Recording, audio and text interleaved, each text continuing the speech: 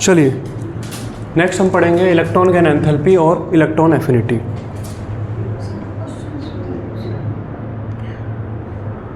अभी ये पढ़ लेते हैं, उसके बाद फिर करते हैं, है ना। जिस तरीके से किसी एटम के अंदर से जब हम इलेक्ट्रॉन निकालते थे तो हमें एनर्जी देनी पड़ती थी। अगर हम अब इसका उल्टा प्रोसेस करें, दैट मीन्स किसी एटम के अंदर अगर हम इलेक्ट्रॉन डालें तो इसका उल्टा प्रोसेस होगा, एनर्जी निकलेगी, है ना। और इसी को बोला जाता है इलेक्ट्रॉन एफिनिटी, है ना, इलेक्ट्रॉन एफिनिटी या इलेक्ट्रॉन गेन एंथैल्पी। तो इसमें लिखिए इलेक्ट्रॉन गेन एंथैल्पी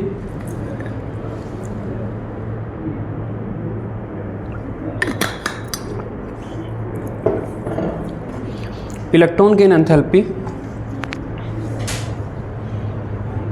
और electron affinity. Electron gain enthalpy और electron affinity of an element is defined as the energy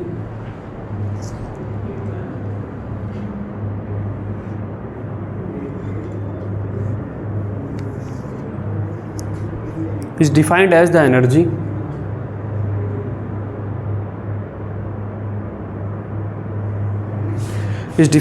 energy released or absorbed when an electron is added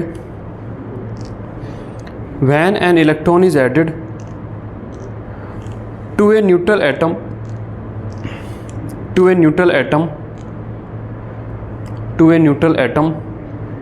in the gaseous state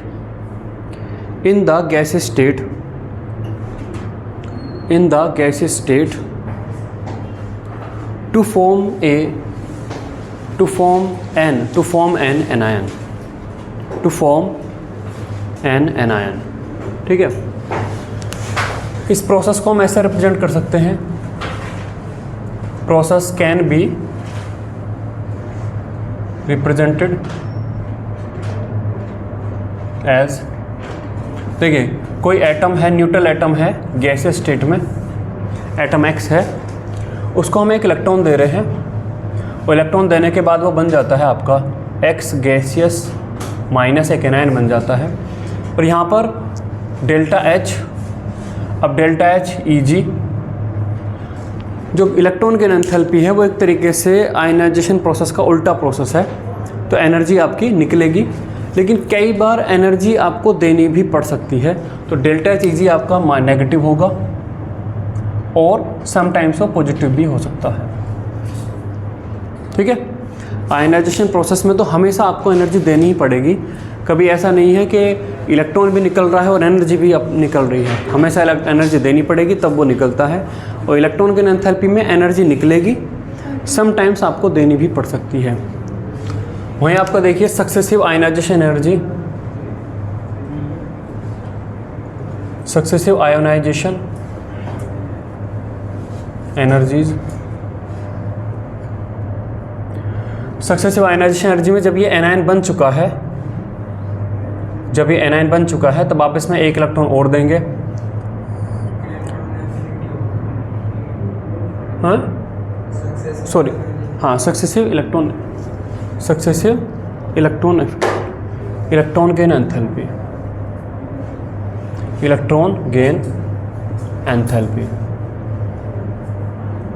enthalpies, है ना। तो आपका ये बन जाएगा x gaseous और ये आपका 2 माइनस, यहाँ पर इसे डेल्टा एच ई जी 1 यहाँ पे कह रहे हैं, यहाँ पे आपका हो जाएगा डेल्टा एच ई जी 2, और ये हमेशा क्या होगा, पॉजिटिव होगा। दैट मीन्स एक बार जब आपने इलेक्ट्रॉन दे दिया और वो एनायन बन गया है, उसके बाद जब भी आप दूसरा इलेक्ट्रॉन देंगे तब हमेशा एनर्जी देनी ही पड़ेगी, निकलने वाला कहीं पे भी केस नहीं होगा। उसी तरीके से एक्स गैसियस ये 2 माइनस बन चुका है, आप एक इलेक्ट्रॉन इसको और देंगे तो ये आपका बनेगा एक्स गैसियस 3 माइनस, और फिर यहाँ पर आपका डेल्टा एच ई जी 3, और ये भी आपका पॉजिटिव ही होगा। ठीक, तो जो पहली इलेक्ट्रॉन गेन एंथैल्पी है उसमें यूजुअली एनर्जी निकलती है, क्योंकि आयनाइजेशन प्रोसेस का जस्ट उल्टा प्रोसेस है। आयनाइजेशन में हम एनर्जी देते हैं, इलेक्ट्रॉन निकल जाता है। यहाँ पर उसका उल्टा प्रोसेस, हम इलेक्ट्रॉन दे रहे हैं तो एनर्जी निकल जाती है। तो मोस्ट ऑफ द केस में एनर्जी निकलती है, डेल्टा एच नेगेटिव है, लेकिन कुछ केस में एनर्जी यहाँ पर देनी भी पड़ जाती है। उसके बाद जब ये एक एनायन बन जाता है, तब उसको जब हम इलेक्ट्रॉन देते हैं तो हमेशा सेकंड, थर्ड और हायर जो इलेक्ट्रॉन की एंथैल्पी हैं वे हमेशा एंडोथर्मिक ही हैं, मतलब उनमें हमेशा हम एनर्जी देंगे तब जाके इलेक्ट्रॉन उसमें एंटर हो पाएगा। ठीक, यहाँ तक लिखिए।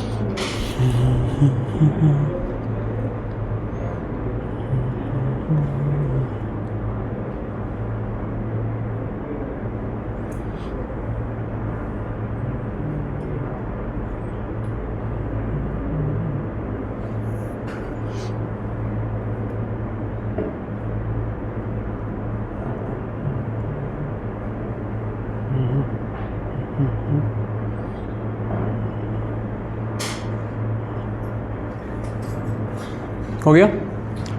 चलिए अब हम ऑक्सीजन और सल्फर एटम के लिए एग्जाम्पल में यहाँ पे देखते हैं।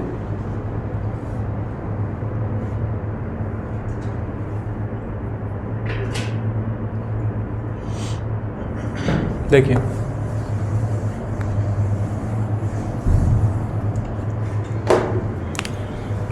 फॉर ऑक्सीजन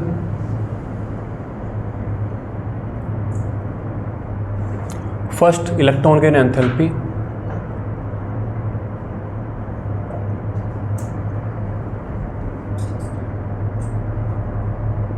देखिए, ऑक्सीजन एटम है, गैस स्टेट में है, आप उसे एक इलेक्ट्रॉन देते हैं तो ये क्या बन जाता है, ओ गैसेस स्टेट में एक एनायन बन जाता है। और यहाँ पर आपका आता है डेल्टा एच ई जी 1, ये आपका आता है -141 किलो जूल पर मोल।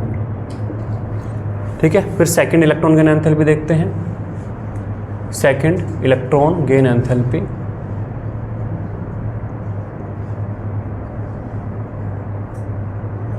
O माइनस ये बन चुका है।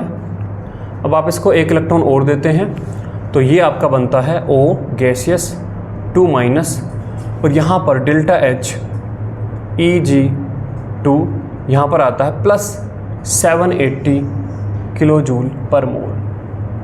तो यहाँ पर देखिए, पहली बार जब आपने इलेक्ट्रॉन दिया तो एनर्जी निकली 141 किलो जूल पर मोल के हिसाब से निकली, लेकिन दूसरी बार जब आप इलेक्ट्रॉन दे रहे हैं तो आपको 780 किलो जूल पर मोल के हिसाब से एनर्जी देनी पड़ रही है ना।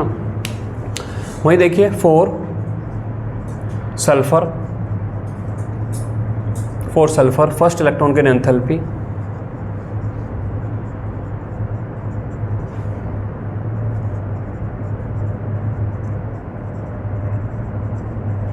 सल्फर एटम है आपका, गैस स्टेट में है, आप उसे एक इलेक्ट्रॉन देते हैं। इलेक्ट्रॉन देने के बाद ये आपका बन जाता है S गैसियस माइनस, और यहाँ पर डेल्टा H Eg फर्स्ट आपका आता है -200 किलो जूल पर मोल।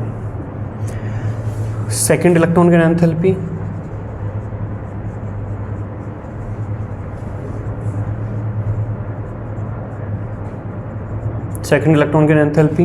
अब ये बन चुका है सल्फर गैसियस माइनस, आप अब इसे एक इलेक्ट्रॉन देते हैं। इलेक्ट्रॉन देने के बाद ये आपका बन जाता है S गैसियस 2-, और यहाँ पर आपका आता है delta H Eg2 equals to plus 590 kilo joule per mole आपका बन जाता है ये, है ना।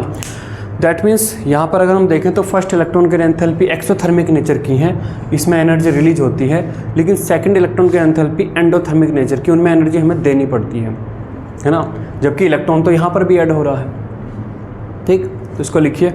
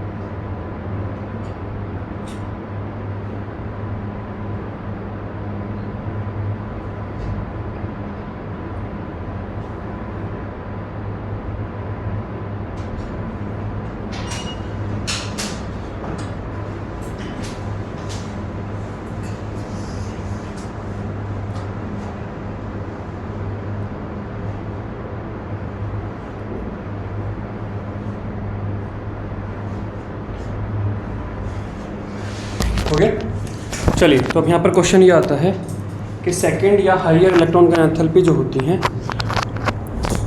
वे हमेशा एंडोथर्मिक क्यों होती हैं, है ना। तो क्वेश्चन यहाँ पे लिखिए,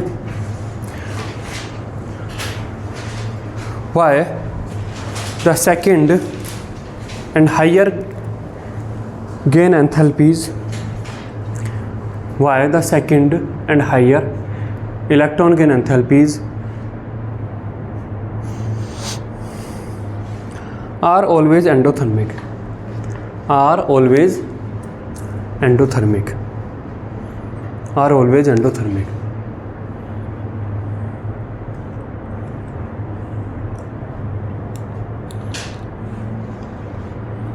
तो देखिए, अगर हम फर्स्ट इलेक्ट्रॉन की एंथैल्पी की बात करें तो जब हम इलेक्ट्रॉन ऐड कर रहे थे तब ये एटम एक न्यूट्रल एटम था, है ना, तब ये एक न्यूट्रल एटम था। तो न्यूट्रल एटम के अंदर हम एक इलेक्ट्रॉन एंटर कर रहे थे, तो ये एक तरीके से आयनाइजेशन का उल्टा प्रोसेस हो रहा था, तो एनर्जी यूजुअली निकल जा रही थी। लेकिन जब आप सेकंड इलेक्ट्रॉन के एंथैल्पी की बात करते हैं तो ये क्या बन चुका है कि एनायन बन चुका है। एनायन मतलब जिस पे खुद माइनस का चार्ज है, और माइनस के चार्ज की स्पेस में आप खुद इलेक्ट्रॉन नेगेटिव चार्ज वाली चीज़ ऐड कर रहे हैं, तो उसको रिपल्सन आएगा, और उस रिपल्सन को ओवरकम करने के लिए आपको अपनी तरफ से एनर्जी लगानी पड़ती है। ठीक है, तो इसलिए सेकंड या थर्ड या हायर जो भी हैं इलेक्ट्रॉन का एंथैल्पी, हमेशा उनका रिजल्ट एंडोथर्मिक बनता है। ठीक, तो इसमें लिखिए after the addition of one electron, after the addition of one electron, after the addition of one electron, comma, it become negatively charged ion, it become negatively charged ion, it become negatively charged ion, negatively charged ion, and now second electron is to be added, and now second electron is to be added, second electron is to be added, is to be added to a negatively charged ion, is to be added to a negatively charged ion, full stop. So the addition of second electron, so the addition of second electron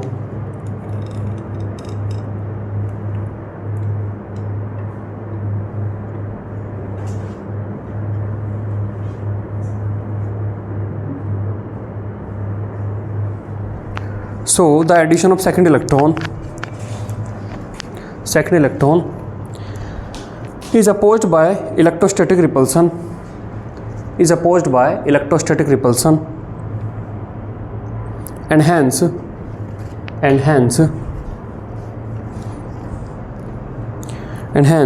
the energy has to be supplied, and hence the energy has to be supplied, and hence the energy has to be supplied, has to be supplied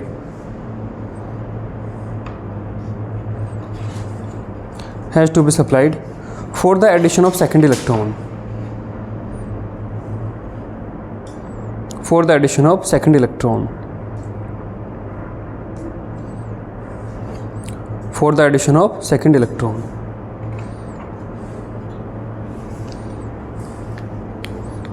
Full stop.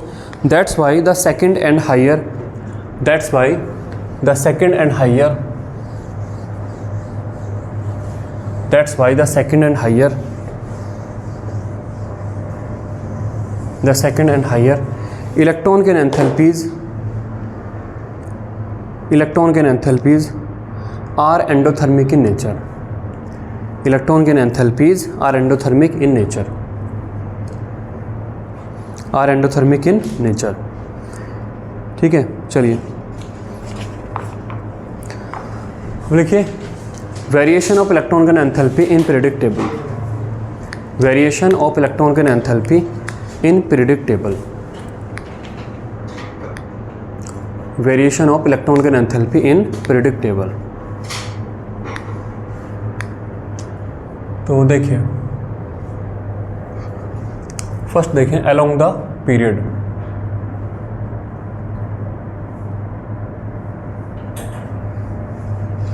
Along the period, तो यहाँ पे period 2 और period 3 का हम data ले लेंगे।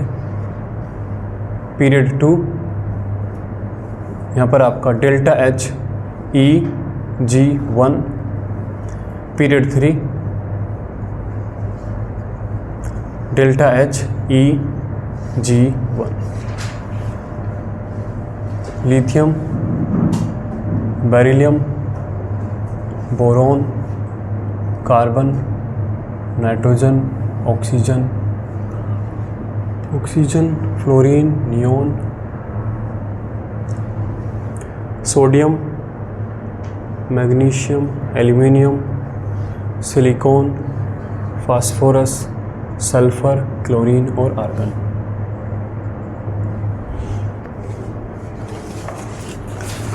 तो देखिए साइन के साथ हम लिख रहे हैं -60, -60 है इसकी -26 है, -121, -141, -328, -53, -41, -134, -72, -200 -348।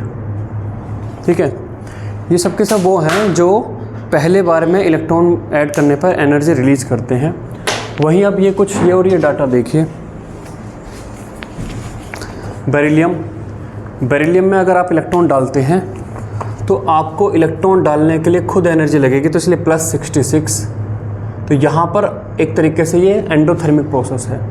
बेरिलियम में पहली बार भी अगर आप इलेक्ट्रॉन डाल लें तो एनर्जी निकलेगी नहीं, आपको देनी पड़ेगी। मैग्नीशियम +67 आपको एनर्जी देनी पड़ेगी। नाइट्रोजन +31 आपको एनर्जी देनी पड़ेगी। नियोन +116 आपको एनर्जी देनी पड़ेगी और +96 आपको यहाँ पर एनर्जी देनी पड़ेगी।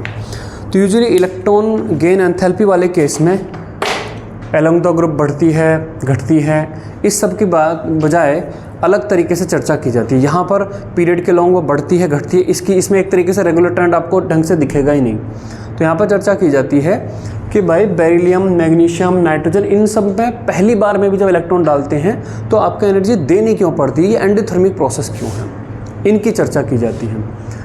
तो यहाँ पर देखिए, यहाँ पर वो कहता है कि बेरिलियम, मैग्नीशियम, इनके पास अपना पहले से एक स्टेबल कन्फिग्रेशन है ना, इनके पास अपना पहले से एक स्टेबल कन्फिग्रेशन है।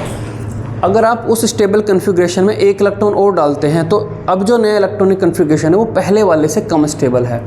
तो ऑब्वियस है कि अगर आप एक पहले से ज़्यादा स्टेबल को थोड़ा कम स्टेबल बनाएंगे तो आपको एनर्जी देनी पड़ेगी। स्टेबिलिटी का मतलब क्या है, केमिस्ट्री में स्टेबिलिटी का मतलब है ये पेन अगर यहाँ पर है और अब ये यहाँ पर है तो यहाँ ये ज़्यादा स्टेबल है। Lesser energy more stability. तो एक मान लो मैग्नीशियम एटम पहले यहाँ बैठा था, इस इलेक्ट्रॉनिक कन्फिग्रेशन पर था जो ज़्यादा स्टेबल था, आपने एक इलेक्ट्रॉन दिया, अब वो यहाँ बैठा है तो इसका मतलब वो कम स्टेबल है। कम स्टेबल है तो इसका मतलब मार्कर को यहाँ से यहाँ उठाने के लिए आपको एनर्जी लगेगी ना, तो आपको एनर्जी देनी पड़ेगी, है ना। तो वहाँ पर यही है, बेरिलियम 2s2 है, पहले से ज़्यादा स्टेबल है, फुली फिल्ड है। यहाँ पर भी 3s2 है, स्टेबल कन्फिग्रेशन है।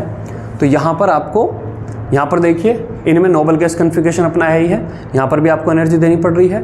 नाइट्रोजन में क्या है, नाइट्रोजन में आपका हाफ फिल्ड है, half filled piece of shell, तो एनर्जी देनी पड़ रही है। और फास्फोरस में क्यों नहीं देनी पड़ रही? देखिए अगर आप ध्यान से देखें तो आगे जाने पे आपको इलेक्ट्रॉन की एंथैल्पी का बढ़ता हुआ ट्रेंड दिख रहा है, -41, -134, -200। तो कायदे में अगर देखो तो फास्फोरस का कितना होना चाहिए था, -160 के आसपास, लेकिन 160 ना होकर -72 है। तो हाफ फिल्ड होने का इफेक्ट इसमें यहाँ पे पड़ रहा है। हाफ फिल्ड या फुल फिल्ड होने का मतलब ये नहीं कि एग्जैक्ट बस हमें पॉजिटिव ही दिखा दो, यहाँ पर पॉजिटिव दिख गई, यहाँ पर ये काफ़ी कम दिखी है, तो हाफ फील्ड की वजह से तो वो कम दिख रहा है। ठीक है, तो यहाँ पर इस तरीके की ट्रेंड की बात की जाती है कि इनका पॉजिटिव क्यों है, इनका नेगेटिव क्यों है। यूजुअली आगे अगर आप जाकर देखें पीरियड में, अगर आप लेफ्ट से राइट पर बढ़ते हुए देखेंगे तो यूजुअली आपको इलेक्ट्रॉन की एंथैल्पी का बढ़ता हुआ ट्रेंड देखने को मिलता है। ऐसा क्यों देखने को मिलता है? देखिए यहाँ पर अगर मैं बात करूँ इस वाली फैमिली में, पीरियड 3 में, तो सोडियम, मैग्नीशियम, एल्यूमिनियम, जैसे जैसे आप आगे जाएंगे, इनके पास शेल तो 3 ही है, लेकिन जैसे जैसे आप आगे जाएंगे तो एटॉमिक रेडियस क्या होती है, घटती है, बढ़ती है? पीरियड में आगे जाने पे एटॉमिक रेडियस घटती है। तो मान लीजिए सोडियम एटम है, सोडियम एटम में यहाँ पे न्यूक्लियस है, इतना बड़ा शेल है, आपने इलेक्ट्रॉन जो दिया वो यहाँ पे आके एडजस्ट होगा, तो इतनी डिस्टेंस के बीच में इलेक्ट्रोस्टैटिक अट्रैक्शन बनेगा। उसके आगे आप चलते हैं एल्यूमिनियम में, तो रेडियस थोड़ी छोटी हो जाएगी, तो जो इलेक्ट्रॉन आ रहा है और जो न्यूक्लियस है उसमें क्या है, इलेक्ट्रोस्टैटिक अट्रैक्शन बढ़ेगा। एक तो इसलिए बढ़ेगा क्योंकि रेडियस छोटी हो रही है, एक इसलिए क्योंकि न्यूक्लियस में ज़्यादा पॉजिटिव चार्ज आ रहा है ना। तो जैसे जैसे आप आगे जाएंगे, इधर से इधर जाएंगे, तो रेडियस छोटी होती जा रही है, तो आने वाला इलेक्ट्रॉन न्यूक्लियस के ज़्यादा पास है और साइमल्टेनियसली न्यूक्लियस में ज़्यादा पॉजिटिव चार्ज है, तो इसलिए आपको इलेक्ट्रॉन की एंथैल्पी बढ़ती हुई दिखती है। वहीं जो बीच में एबनॉर्मल ये ट्रेंड है, ये इसलिए है क्योंकि इनके पास मोर स्टेबल कन्फिग्रेशन ये पहले से ही लेके बैठे हैं, तो ये नहीं चाहते थे कि इनमें इलेक्ट्रॉन आके ऐड हो। ठीक, ये लिखिए।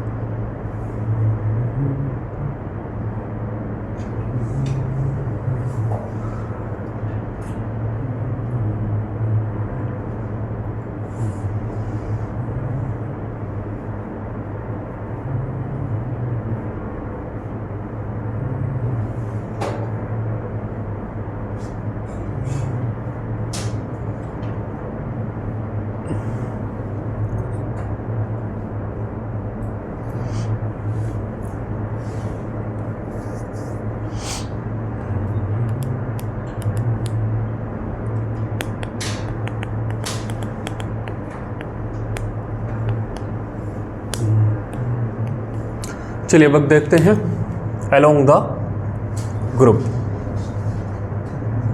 Along the group. तो ग्रुप फर्स्ट ए की बात हम यहाँ पे कर लेते हैं और यहाँ पर डेल्टा H EG1, तो लिथियम, सोडियम, पोटेशियम, रुबिडियम और सीजियम। अगर आप ग्रुप के अंदर देखें तो आपको नीचे जाने पे इलेक्ट्रॉन गन एंथैल्पी मतलब एनर्जी जो निकल रही है उसका क्या ट्रेंड देखने को मिलेगा। लिथियम से सोडियम पर जाएंगे तो सोडियम रिलेटिवली ज़्यादा एनर्जी रिलीज कर रहा होगा पहला इलेक्ट्रॉन ऐड करने पर, या कम? क्यों? शेल बढ़ जाएगी। तो नीचे जब आप ग्रुप में जाते हैं तो इलेक्ट्रॉन कितनी दूरी पर प्रेजेंट है इसका इफेक्ट आता है, मतलब शेल के बढ़ने वाला इफेक्ट डोमिनेटिंग इफेक्ट होता है ना। तो लिथियम में मान लो यहाँ पे न्यूक्लियस है, आप यहाँ पर इलेक्ट्रॉन ऐड कर रहे हैं, तो सोडियम में आप यहाँ पे इलेक्ट्रॉन ऐड कर रहे हैं, पोटेशियम में आप यहाँ पर, मतलब न्यूक्लियस से कहीं ज़्यादा डिस्टेंस पर वो इलेक्ट्रॉन ऐड हो रहा है। ज़्यादा डिस्टेंस पर इलेक्ट्रॉन ऐड हो रहा है तो फिर बनने वाला जो इलेक्ट्रोस्टैटिक सिस्टम है वो कम एनर्जी रिलीज करेगा, है ना। तो यहाँ पर देखिए लिथियम में जो एनर्जी निकलती है वो -59, -59, -52, -48, -47 और -45। तो ये हमारा डाटा आता है।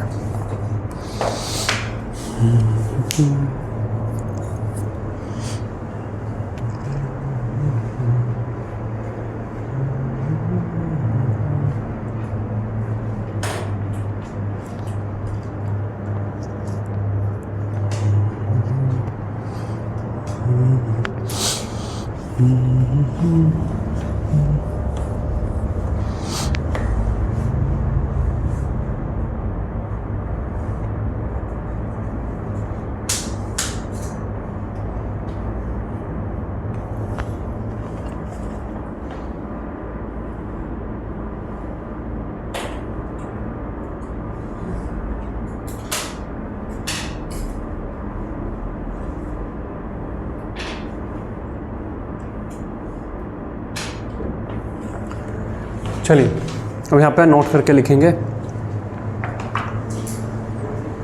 नोट करके लिखिए delta H EG1, delta H EG1 is negative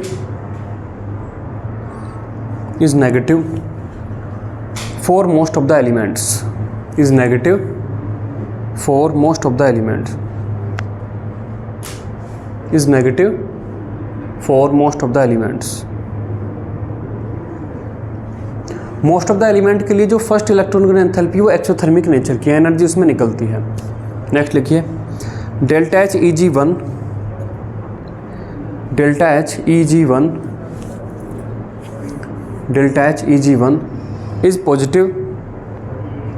positive मतलब एंडोथर्मिक है फॉर ABCD करके लिखेंगे। फॉर ए लिखिए for inert gases, for inert gases जितनी भी इनर्ट गैस हैं हीलियम, नियोन, आर्गन, क्रिप्टन, ये सब पहले से ही स्टेबल कन्फिग्रेशन रखे हुए हैं, तो ये आने वाले इलेक्ट्रॉन का स्वागत नहीं करते, आने वाला इलेक्ट्रॉन इन्हें नहीं चाहिए। नेक्स्ट है for BE and MG, beryllium and magnesium, for beryllium and magnesium, for beryllium and magnesium. Beryllium और मैग्नीशियम इनका पास भी S2 है, स्टेबल कन्फिग्रेशन है। अब देखिए फिर कहें कि क्या कैल्शियम की भी यहाँ पर एंडोथर्मिक होगी? कैल्शियम की नहीं है। ये जो स्टेबल कन्फिग्रेशन वाला जो फैक्टर है, एटम जितना ज़्यादा छोटा होता है ये उतना ही ज़्यादा डोमिनेटिंग होता है, ठीक है। एटम जितने बड़े होते चल जाते हैं इनका इफेक्ट, डोमिनेटिंग इफेक्ट कम होता चला जाता है। जैसे यहाँ पर half filled p sub shell का जो इफेक्ट, डोमिनेटिंग इफेक्ट हमें यहाँ नज़र आया, यहाँ पर ये इफेक्ट कम हो गया, यहाँ पर और कम हो जाएगा, ठीक है। यहाँ पर इतना डोमिनेटिंग है कि इसने इसे एंडोथर्मिक बना दिया, यहाँ पर डोमिनेटिंग उतना नहीं है, तो ये एक्सोथर्मिक ही बनी रहेगी। ठीक, 4 Be एंड Mg। सी लिखिए 4 nitrogen,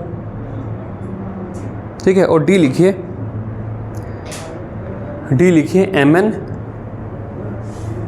Mn, comma Zn, zinc, cadmium, Cd and Hg। तो ये वो एलिमेंट है जिनके लिए फर्स्ट इलेक्ट्रॉन का एंथैल्पी एंडोथर्मिक नेचर की है। इसके अलावा यूजुअली जो एलिमेंट्स हैं उनमें पहली इलेक्ट्रॉन का एंथैल्पी आपकी एक्सोथर्मिक ही है। ठीक, चलिए अब आगे चलते हैं।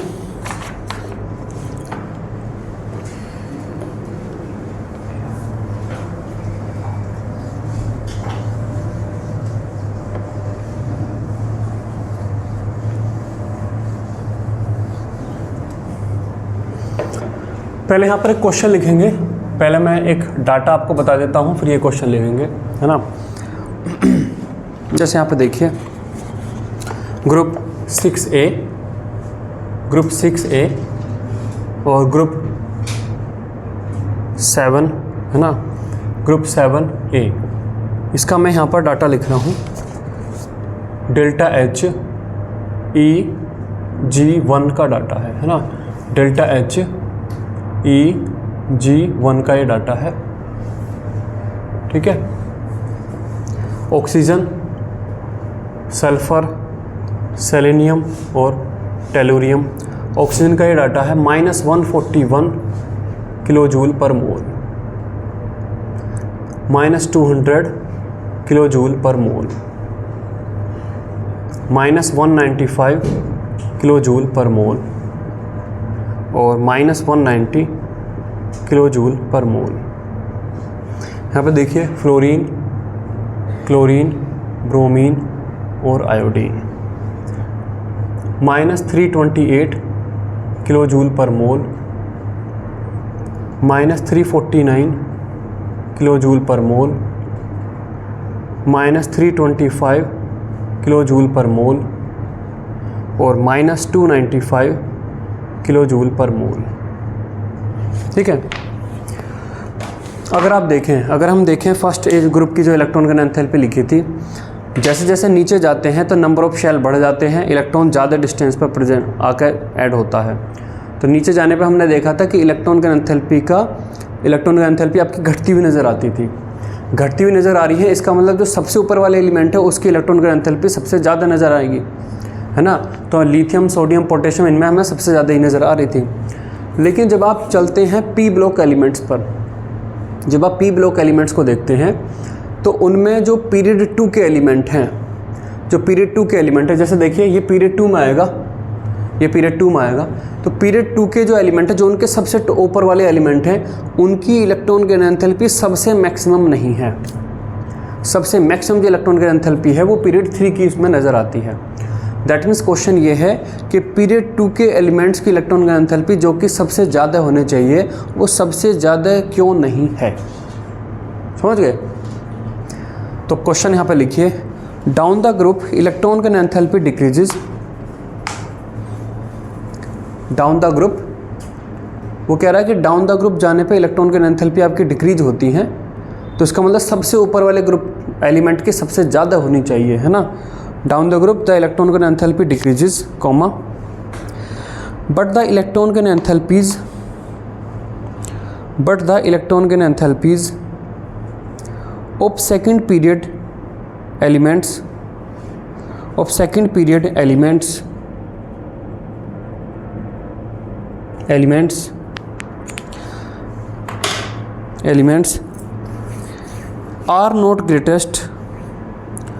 are not greatest in their group। वो यूजुअली पी ब्लॉक एलिमेंट्स में बात करता है। Are not greatest in their group, full stop explain.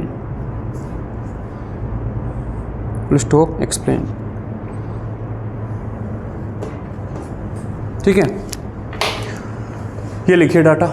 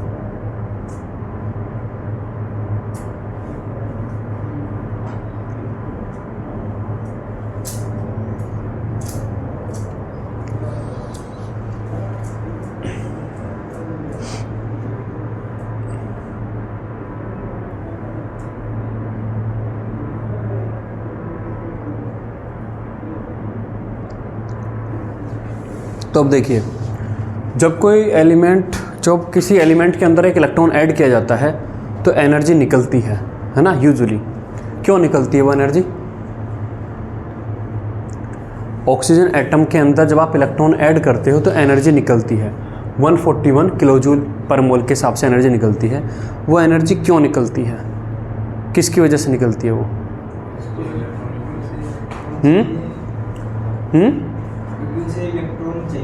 चाहिए तो नहीं चाहिए, चाहिए वाली बात तो नहीं है। ऑक्सीजन बैठ के इलेक्ट्रॉन मांग नहीं रहा है ना। रिपल्सन की वजह से एनर्जी निकलेगी। मैं कह रहा हूँ कि मतलब एक तरीके से क्या, किस तरीके से होता है, क्या प्रोसेस होता है कि एनर्जी निकलती है। जब आप एक एटम में से इलेक्ट्रॉन निकालते हो तब एनर्जी देनी पड़ती है। क्यों देनी पड़ती है? आयनाइजेशन एनर्जी में अगर बात करो,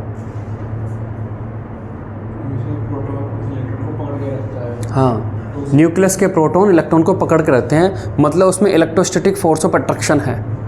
उस अट्रैक्शन को तोड़ने के लिए एनर्जी देनी पड़ती है।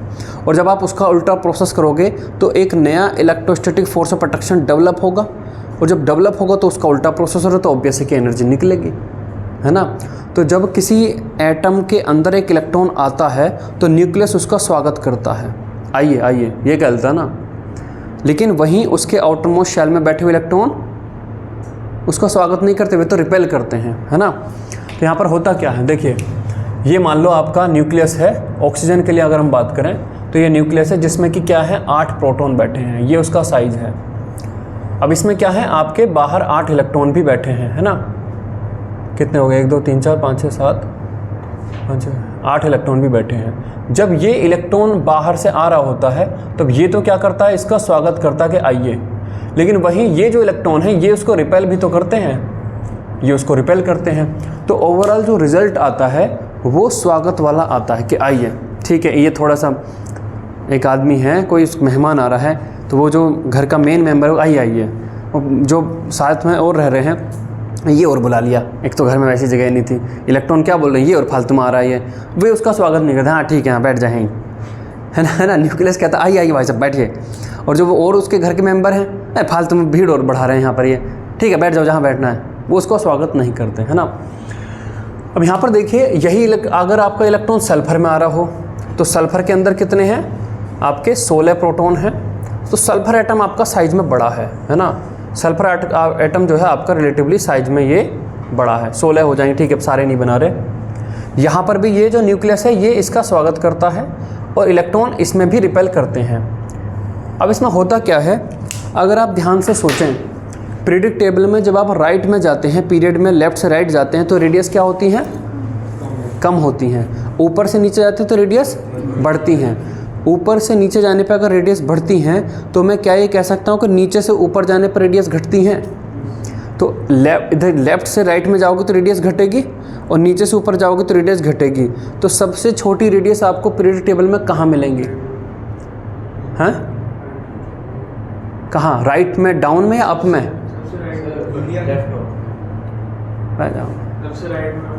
हैं टॉप राइट कॉर्नर में, है ना। पीरियडिक टेबल के टॉप राइट कॉर्नर में। दैट मीन्स अगर ये बोर्ड पे पीरियडिक टेबल बनाई है तो इधर जाने पे घटती हैं और ऊपर जाने पे भी घटती हैं, तो इधर की साइड में। दैट मीन्स ऑक्सीजन, फ्लोरीन, ये सब एटम हैं जो पीरियडिक टेबल के सबसे छोटे एटम में हो जाते हैं, ठीक। चलिए, तो ऑक्सीजन एक ठीक ठाक छोटा एटम है और फ्लोरीन एक ठीक साइज का एटम है। तो जब इलेक्ट्रॉन आता है तब ये जो न्यूक्लियस है ये तो इसका स्वागत करता है, उसकी वजह से तो एनर्जी निकलती है। लेकिन क्योंकि छोटा साइज होने की वजह से अब ये जो नया इलेक्ट्रॉन है ये भी उस छोटे से एटम के अंदर ही जाके एडजस्ट होगा। तो यहाँ पर इलेक्ट्रॉन का जो रिपल्सन है वो ठीक ठाक लेवल का होता है। अगर कोई एक आदमी है जिसके पास एक 1 BHK का ही घर है, उसमें 5-6 लोग पहले से रहते हैं, और कोई एक नया आदमी भी आ जाए कि भाई मुझे रुकना है, तो वो कहेगा तो ठीक है भाई आ जा, लेकिन घर बहुत छोटा है, मतलब पहले से जो मेंबर है वे उसका कुछ खास स्वागत नहीं करेंगे कि यार देख यहाँ पे तो पहले से ही भीड़ है, ठीक है आ जा तू, ठीक, कोई मना नहीं कर रहे, आ जा। वहीं अगर उसके पास 3-4 BHK का घर है, लोग उसमें भी हैं, लेकिन वो जब वो आएगा तो वो कहेगा ठीक है यार हमारे पास 3-4 रूम है, तू आ जा आराम से। तो ये वाला में क्या होगा कि न्यूक्लियस इसको वेलकम कर रहा है, इलेक्ट्रॉन इसमें भी रिपेल कर रहे हैं, लेकिन इतना रिपेल नहीं कर रहे हैं क्योंकि इसका साइज बड़ा है। यहाँ पर क्योंकि इलेक्ट्रॉन खुद ही बहुत छोटी जगह में कन्फाइन है, तो जब ये इलेक्ट्रॉन आएगा तो आने वाले इलेक्ट्रॉन और पहले से एग्जिस्टेड इलेक्ट्रॉन में बहुत ज़्यादा रिपल्सन होगा क्योंकि साइज बहुत छोटा है। और ये रिपल्सन, इलेक्ट्रॉन रिपल्सन, ये रिलेटिवली यहाँ पे कम होता है, तो न्यूक्लियस इसका ज़्यादा स्वागत कर पाता है ना। तो इसलिए अगर हम यहाँ पर देखें तो यहाँ पर फ्लोरीन, ऑक्सीजन, है ना, नाइट्रोजन, इनके साइज रिलेटिवली इतने छोटे हैं कि यहाँ पर छोटे साइज होने की वजह से आने वाले इलेक्ट्रॉन को पहले से एग्जिस्टेड इलेक्ट्रॉन से ठीक ठाक रिपल्सन भी मिलता है। और ठीक ठाक रिपल्सन मिलने की वजह से इनकी इलेक्ट्रॉन की एंथैल्पी जितनी हम एक्सपेक्ट करते हैं कि हाँ भाई इतनी होनी चाहिए, उतनी हमें नहीं मिल पाती।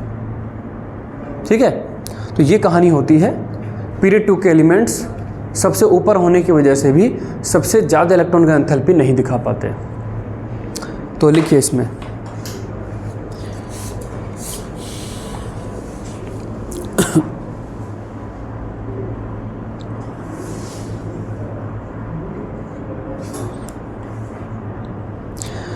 the negative electron gain enthalpy,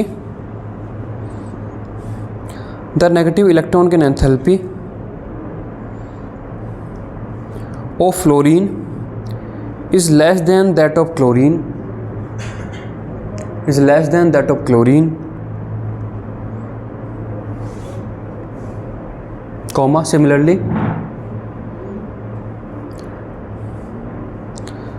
negative electron gain enthalpy of oxygen is less than that of sulfur,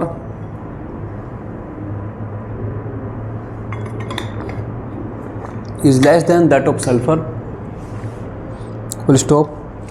It is due to it is due to the small size of it is due to the small size of fluorine and oxygen atoms. It is due to small size of fluorine and oxygen atoms. Fluorine and oxygen atoms. And oxygen atoms. Full stop. As a result, as a result, as a result, as a result, there are strong inter-electronic repulsion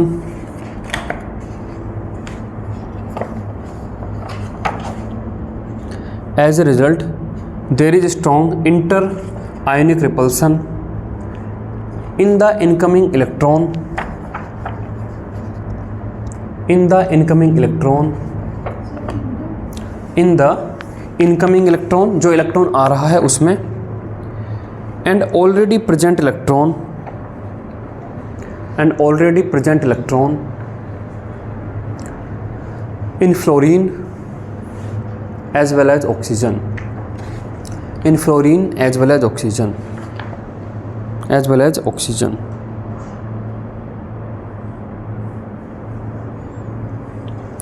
तो होता क्या है कि आने वाले electron का उतना स्वागत नहीं मिलता है जितना होना चाहिए था, तो इसलिए उतनी एनर्जी नहीं निकलती जितनी आप एक्सपेक्ट कर रहे थे, है ना। अगर मैं आपसे पूछूं कि पीरियोडिक टेबल में सबसे छोटा एटम कौन सा है?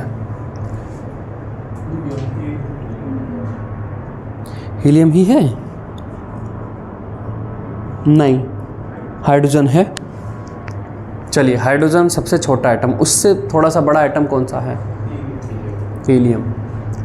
थर्ड नंबर का सबसे छोटा एटम कौन सा पीरियोडिक टेबल का? थर्ड नंबर का सबसे छोटा एटम कौन सा है? थर्ड नंबर का, पूरी पीरियोडिक टेबल में 118 एलिमेंट हैं, उसमें थर्ड नंबर का सबसे छोटा एटम कौन सा है? फ्लोरीन। यस, ठीक है, फ्लोरीन। हाइड्रोजन को तो आप सोच सकते थे एक इलेक्ट्रॉन एक प्रोटॉन, सबसे छोटा तो हो गई। हीलियम में ठीक है, 2 इलेक्ट्रॉन 2 प्रोटॉन, इलेक्ट्रॉन में रिपल्सन हो गया ना थोड़ा सा, इसलिए ज़्यादा हो गया। लेकिन आपने ये एक्सपेक्ट नहीं किया होगा कि पूरी पीरियोडिक टेबल का थर्ड स्मॉलेस्ट एलिमेंट फ्लोरीन है ना। तो लिथियम आप सोच रहे होंगे 3 इलेक्ट्रॉन पर, तो तीसरे नंबर पर वो आना चाहिए, लिथियम नहीं है। लिथियम की अगर आप देखें तो लिथियम की रेडियस है 182, बेरिलियम की 153, फ्लोरीन है आपका 135, सॉरी एक मिनट, ये भी थोड़ा गलत हो गया। हाइड्रोजन की है 120, हीलियम की 140, फ्लोरीन है 135। दैट मीन्स सेकंड नंबर का छोटा एलिमेंट है फ्लोरीन। पूरी पीरियडिक टेबल का सेकंड नंबर का स्मॉलेस्ट एलिमेंट है फ्लोरीन 135। हीलियम भी उससे बड़ा है 140। अब आप सोच सकते हैं कि आपने नहीं सोचा होगा कि फ्लोरीन इतना है, मतलब मुझे भी लगा था तीसरे चौथे का होगा, लेकिन सेकंड नंबर पर मुझे भी सरप्राइज है कि पूरी पीरियडिक टेबल का सेकंड नंबर का सबसे छोटा एलिमेंट फ्लोरीन है। तो अब आप सोच सकते हैं कि कितनी छोटी सी जगह में, है ना, कितनी छोटी। हाइड्रोजन का है 130 और फ्लोरीन का है 135। जहाँ पर हाइड्रोजन ने 130 में 1 इलेक्ट्रॉन बैठाया हुआ है, वहीं पर जस्ट जरा से बड़े में उसने 9 इलेक्ट्रॉन बैठाए हुए हैं। तो आपस में इतना इलेक्ट्रॉन रिपल्सन तो पहले ही हो रहा होगा। अब आने वाला जब इलेक्ट्रॉन आएगा तो आपको लगता नहीं कि इतने इसी जगह में 1 इलेक्ट्रॉन और हमें डालना है, तो कितना इलेक्ट्रॉन रिपल्सन कितना ज़्यादा हुआ होगा। तो उसी स्ट्रॉन्ग इलेक्ट्रॉन रिपल्सन की वजह से आने वाले इलेक्ट्रॉन को उतना स्वागत नहीं मिलता जितना मिलना चाहिए था। तो यही कारण होता है कि पी ब्लॉक में अगर हम देखें तो रेडियस आगे जाने पे इतनी छोटी हो जाती है कि पीरियड 2 के एलिमेंट की इलेक्ट्रॉन गैन एंथैल्पी आपको सबसे ज़्यादा नहीं मिलती, वो कम होती है। ठीक, चलिए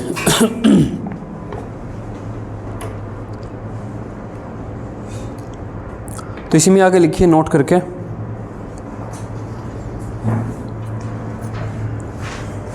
delta H EG1, delta H EG1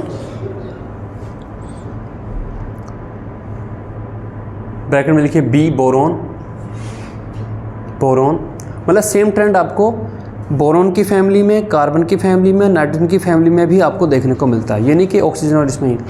boron is less than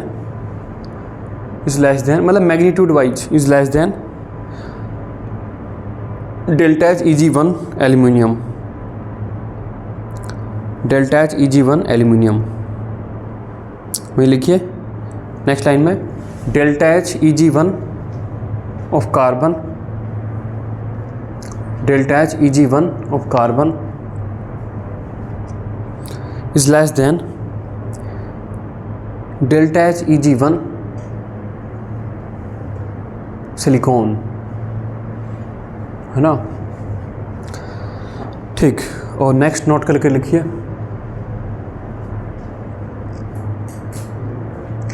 अब आप क्या एक्सपेक्ट करते हैं सबसे ज़्यादा electron gain enthalpy, first electron gain enthalpy पूरी पीरियडिक टेबल में किसकी मिलनी चाहिए। आगे जाते हैं तो इलेक्ट्रॉन गैन एंथैल्पी बढ़ती है, नीचे जाते हैं तो घटती है। तो हम एक्सपेक्ट करते थे कि फ्लोरीन की मिले, लेकिन फ्लोरीन में तो फिर वो साइज वाली समस्या हो गई। लेकिन फ्लोरीन के जस्ट नीचे बैठा हुआ क्लोरीन, क्लोरीन में तो कोई साइज की समस्या नहीं है ना। तो होनी तो चाहिए थी कि फ्लोरीन की, लेकिन सबसे ज़्यादा जो इलेक्ट्रॉन गैन एंथैल्पी वो किसकी है, क्लोरीन की है ना। लिखिए, chlorine have the largest electron affinity, या वही electron gain enthalpy, chlorine has the largest electron affinity in periodic table, in periodic table, in periodic table.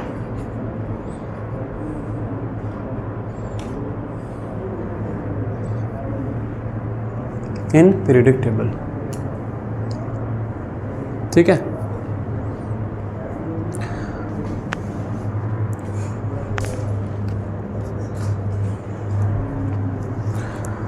चलिए, तो ये पूरी कहानी थी इलेक्ट्रॉन गैन एंथैल्पी की।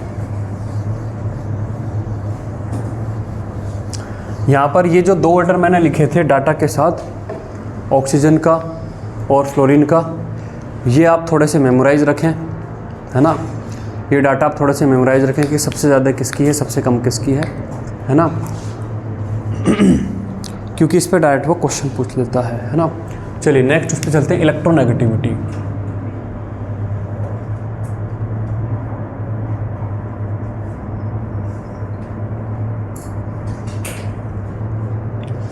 Electronegativity,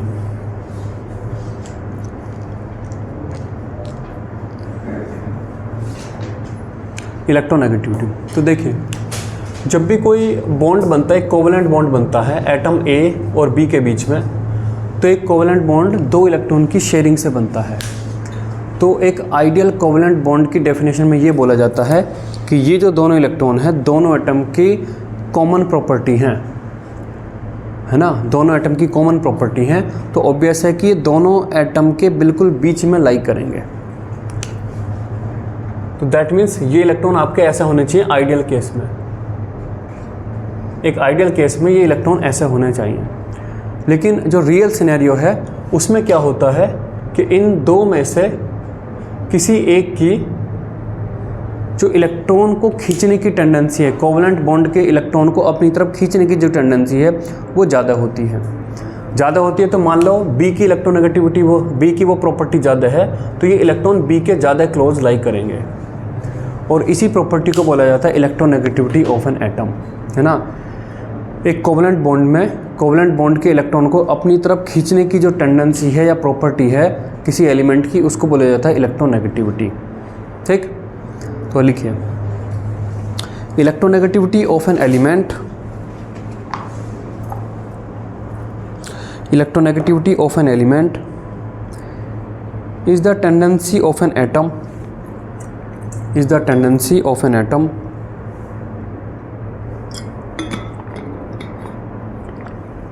is the tendency of an atom to attract the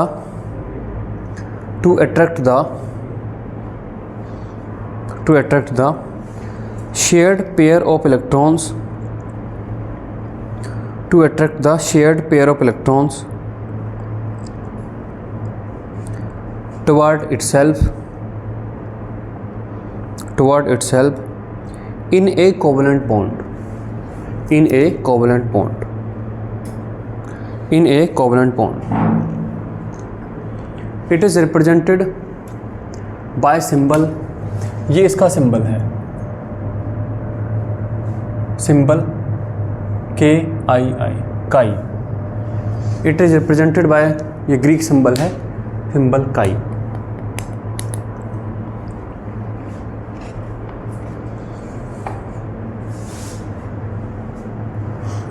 ठीक है, और वो कहता है कि ये जो इलेक्ट्रोनेगेटिविटी जो प्रॉपर्टी है ये क्या बनाया है भाई, ये नहीं है, ये ऐसा नहीं है, ये ऐसे नहीं है, ये है और ये लाइन स्ट्रेट है, ऐसे है ये। ठीक, अब यहाँ पर वो बोलता है कि ये जो प्रॉपर्टी है इलेक्ट्रोनेगेटिविटी, ये इलेक्ट्रॉन के एंथैल्पी और आयनाइजेशन से डिफर है। मतलब उनमें हम क्या करते हैं, आयनाइजेशन एनर्जी और इलेक्ट्रॉन के एंथैल्पी में हम एक आइसोलेटेड गैसियस एटम लेते हैं बिल्कुल सेपरेट, जिसका बाकी से कोई लिंक नहीं है, और अब उसमें या उससे या तो इलेक्ट्रॉन निकालते हैं या उसमें इलेक्ट्रॉन डालते हैं। लेकिन यहाँ पर क्या है, यहाँ पर आइसोलेटेड एटम नहीं लेंगे, उस एटम का एक दूसरे एटम के साथ कोवलेंट बॉन्ड बना हुआ होना चाहिए, और कोवलेंट बॉन्ड जब बना है उसके दौरान वो कितना इलेक्ट्रॉन खींचता है, ये उस तरीके से है। ठीक है, चलिए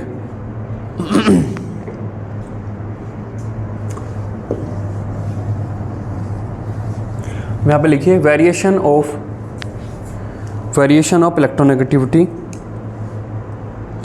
variation of electronegativity in periodic table, in periodic table.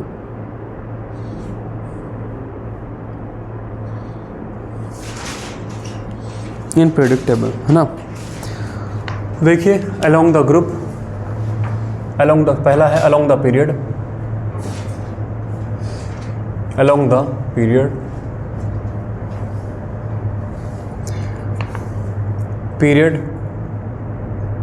period 2, है ना। इलेक्ट्रोनेगेटिविटी, अब इसके इलेक्ट्रोनेगेटिविटी को मेज़र करने के लिए 2-3 स्केल हैं, और यूजली जो फॉलो करते हैं वो पोलिंग स्केल है ना। पोलिंग स्केल पर तो lithium, beryllium, boron, carbon, nitrogen, oxygen, fluorine, ठीक। तो 1.0 है, 1.5, 2.0, 2.5, 3.0, 3.5 और ये 4.0। फ्लोरीन पूरी पीरियोडिक टेबल का मोस्ट इलेक्ट्रोनेगेटिव एलिमेंट है ना। नेक्स्ट देखें along the group, along the group. तो यहाँ पर ग्रुप यहाँ पर देखें, ग्रुप 5A, ग्रुप 6A, है ना। Electronegativity, nitrogen, phosphorus, arsenic, antimony, bismuth, 3.0, 2.1, 2.0, 1.9 और 1.9। यहाँ पर ऑक्सीजन, सल्फर, सेलेनियम, टेलुरियम और पोलोनियम। 3.5, 2.5, 2.4, 2.01 और 1.76। तो अगर हम देखें तो इन जनरल लेफ़्ट से राइट जाते हैं तो हमें मेटल से नॉन मेटल मिलते हैं, है ना। तो वो कहता है कि जो नॉन मेटल्स हैं उनकी इलेक्ट्रॉन खींचने की टेंडेंसी रिलेटिवली ज़्यादा है। तो लेफ़्ट से राइट जाते हैं तो इलेक्ट्रोनेगेटिविटी बढ़ती हुई मिलती है, और अगेन जब आप ऊपर से नीचे जाते हैं तो चीज़ें नॉन मेटल से मेटल बन जाती हैं। जैसे अगर आप देखें यहाँ पर नाइट्रोजन फैमिली में देखें तो नाइट्रोजन नॉन मेटल है, फास्फोरस नॉन मेटल है, आर्सेनिक मेटलॉइड है, और एंटीमनी, बिस्मथ ये सब मेटल हो जाते हैं। तो नीचे जाने पर फिर मेटालिक कैरेक्टर बढ़ने लगता है। तो अगेन ग्रुप में नीचे जाने पे इलेक्ट्रोनेगेटिविटी आपकी घटती हुई नज़र आती है ना। तो आगे जाते हैं तो बढ़ती है, नीचे जाते हैं तो घटती है। इसीलिए कोने पे जो बैठा हुआ फ्लोरीन है उसकी इलेक्ट्रोनेगेटिविटी सबसे ज़्यादा है ना। तो fluorine is the most electronegative element in periodic table. Fluorine is most electronegative element in periodic table.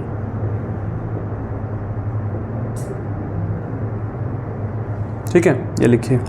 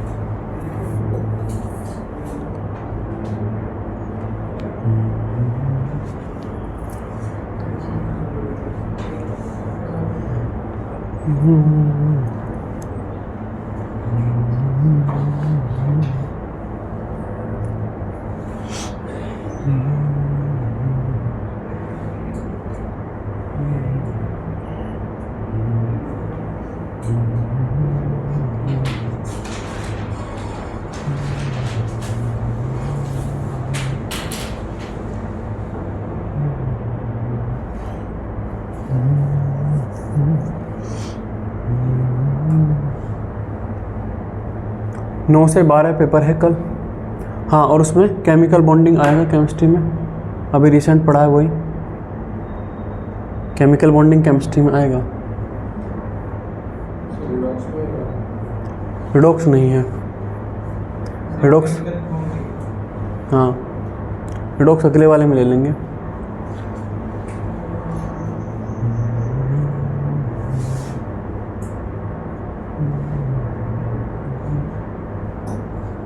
ये वाला चैप्टर छोटा तो अगले वाले में रेडॉक्स और पीरियोडिक प्रॉपर्टी ले लेंगे, है ना। हैं? हाँ, तो ख़त्म होने पे आ गया हमें, एक क्लास और है, ख़त्म हो जाएगा।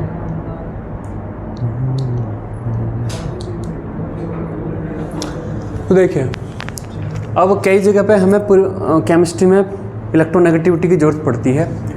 तो एक इलेक्ट्रोनेगेटिव का पर्टिकुलर ट्रेंड है, ये आपको थोड़ा सा पता रहना चाहिए। ट्रेंड ऑफ इलेक्ट्रोनेगेटिविटी, सबसे ज़्यादा इलेक्ट्रोनेगेटिविटी फ्लोरीन की है, उसके बाद ऑक्सीजन की है, उसके बाद क्लोरीन की है, फिर आपकी नाइट्रोजन है, नाइट्रोजन के बाद आपका ब्रोमीन है, ब्रोमीन के बाद आपका ये सल्फ़र है, सल्फ़र के बाद आयोडीन, और जो हमें ज़रूरत पड़ती है उसके अकॉर्डिंग कार्बन और हाइड्रोजन। ये अगर आपको ट्रेंड पता है, इतना ट्रेंड अगर आपको पता है, तो जहाँ पर भी इलेक्ट्रोनेगेटिविटी की आपको ज़रूरत पड़ेगी आपका काम चल जाएगा, है ना।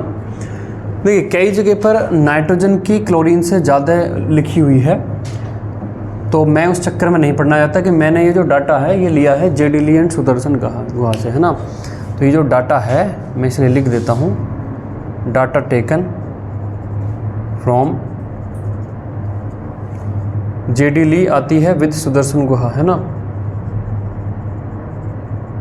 ये वहाँ से डाटा मैंने लिया है, ठीक। तो यहाँ पर देखिए फ्लोरीन की 4.0 है, ऑक्सीजन की 3.5 है, क्लोरीन की 3.16 है, नाइट्रोजन की 3.04 है, ब्रोमीन की 2.85 है, सल्फ़र की 2.58 है, आयोडीन की 2.55 है, इसकी 2.5 है और इसकी 2.1 है ना।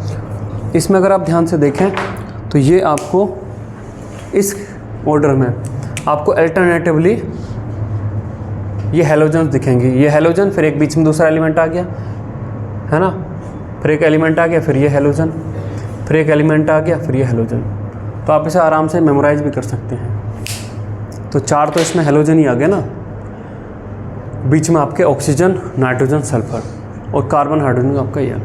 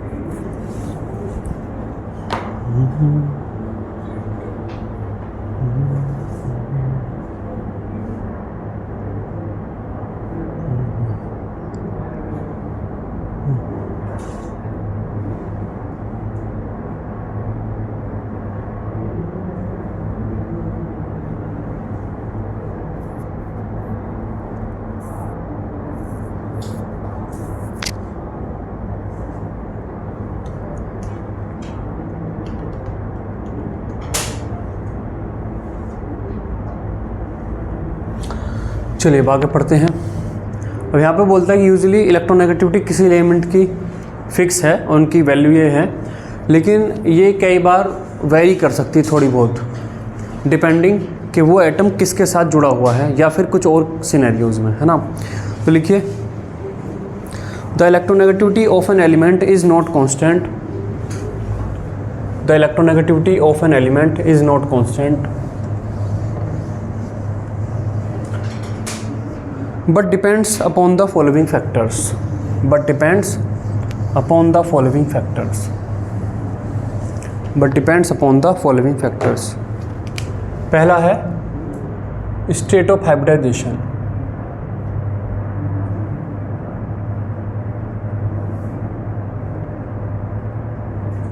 state of hybridization,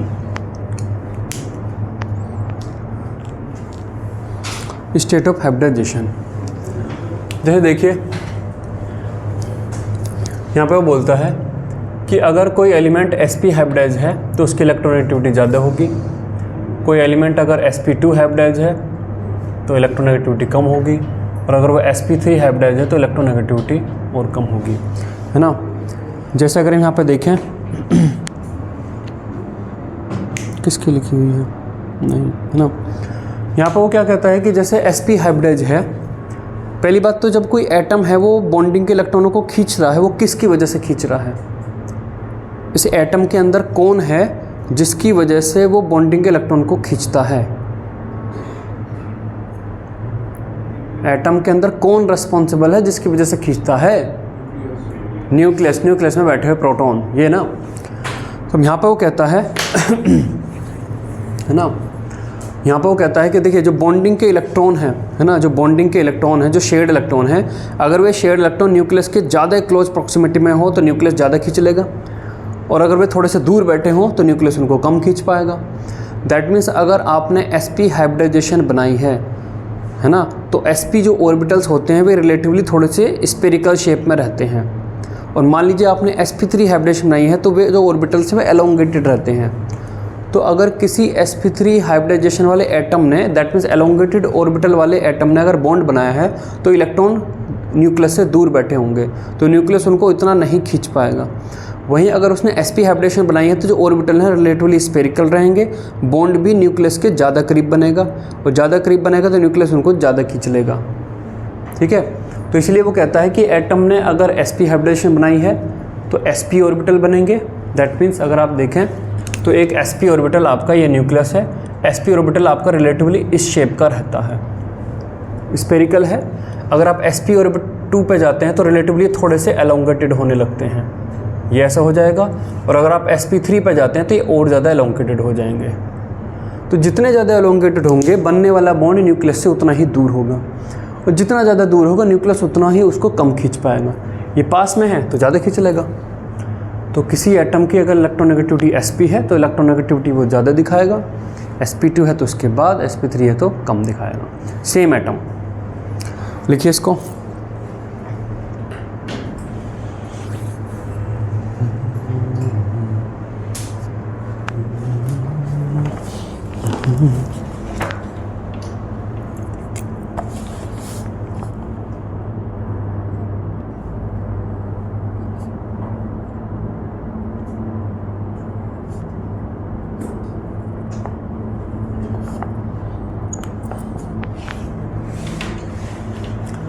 नेक्स्ट लिखिए oxidation state of element.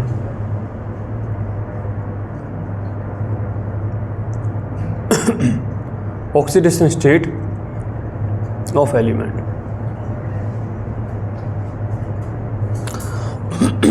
Oxidation state of element. Element अलग अलग ऑक्सीडेशन स्टेट में होता है।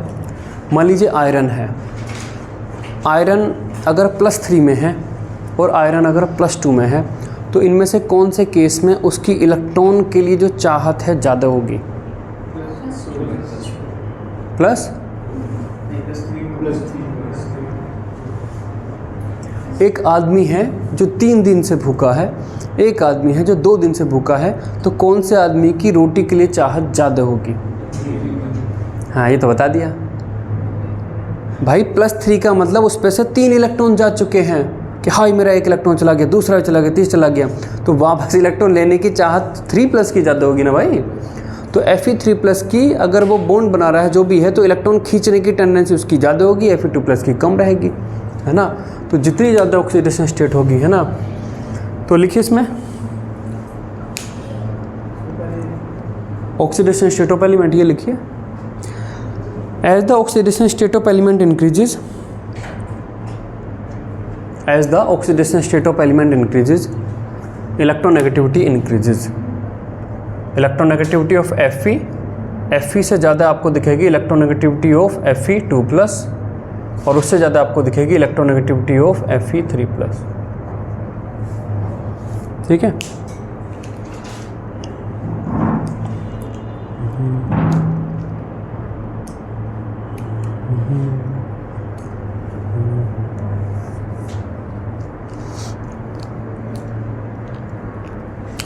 और एक और प्रॉपर्टी है वो लिखिए। नेक्स्ट लिखिए nature of substituent attach to the atom. Nature of substituent attach to the atom. Nature of substituent attach to the atom. Third है नेचर ऑफ सब्स्टिट्यूएंट अटैच्ड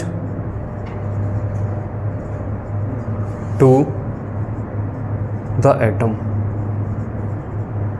ठीक है।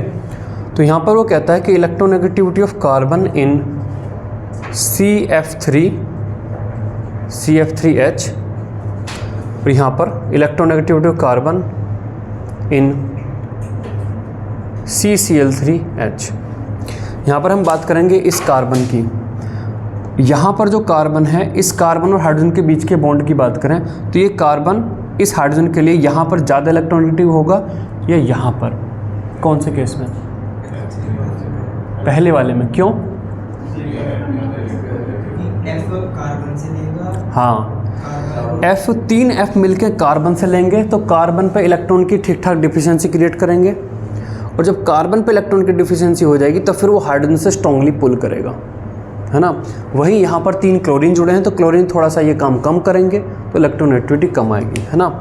तो यहाँ पर ये आता है कि अगर यहाँ पर किसी एटम से खुद हाईली इलेक्ट्रोनेगेटिविटी जुड़े हैं तो उसकी इलेक्ट्रोनेगेटिविटी यूजुअली बढ़ जाएगी। ये लिखिए।